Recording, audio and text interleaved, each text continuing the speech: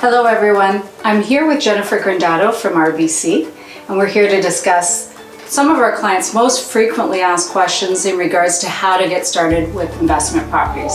So thanks Jennifer for joining me. Thank you for having me. So one of the first questions that I wanted to ask you, because it comes up time and time again, is where do we get that 20% deposit? It's something that it can be daunting, but actually in our previous conversations, quite easy. And it's such a great question when we look at where does the 20% down payment come from. It usually comes from one of two places. So the first place it tends to come from, or as an option, is cash or investments that the person already has.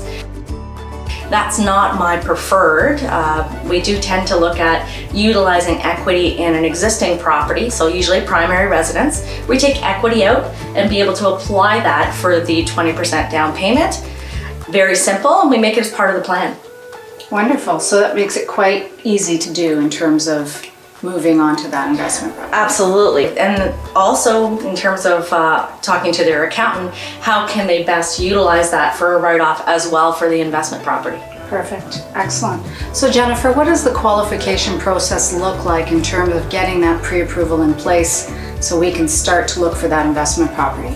Absolutely. So one of the things that we look at RBC is how do we qualify to hold both properties? Because typically your income that you've got today is enough to service the existing mortgage that you already have. So what we do tend to find is, how am I going to qualify for a second home? How can I possibly do this investment property?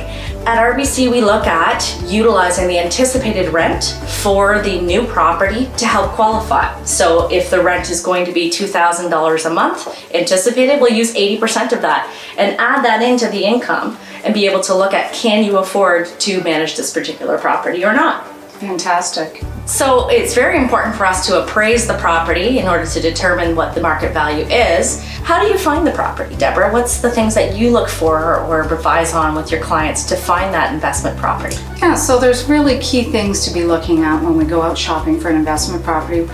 First and foremost, cash flow. We want to make sure that our expenses don't exceed our rental income. Yes. So I'll sit down with the client and we'll even put together a pro forma just to show them, what are the typical expenses with a rental property. So that's number one. Second, we look for appreciation, price appreciation, and we look at neighborhoods that have price growth. We look at that and say, you know what, this is a safe investment.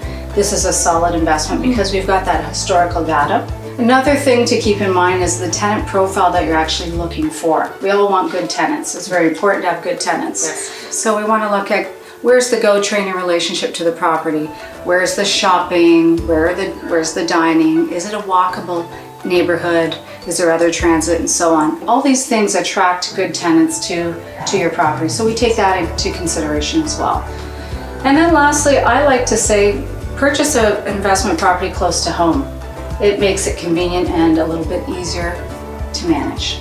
And all those things do lend to increased market rent appraisal, so the anticipated rent that we're going to get. So I think it's important, as we've talked about, all of these things, it's great information to be able to put a plan in place to have your finances in order, but also have a real estate professional like yourself to ensure that they're finding the right property that's going to make sense for them and they can accomplish their goal. Absolutely key. Very important. Thanks, Jennifer, for joining us today and providing your expertise. And if 2020 is the year that you would like to invest, give us a call. Let's sit down, have a coffee, and put a step-by-step plan in place.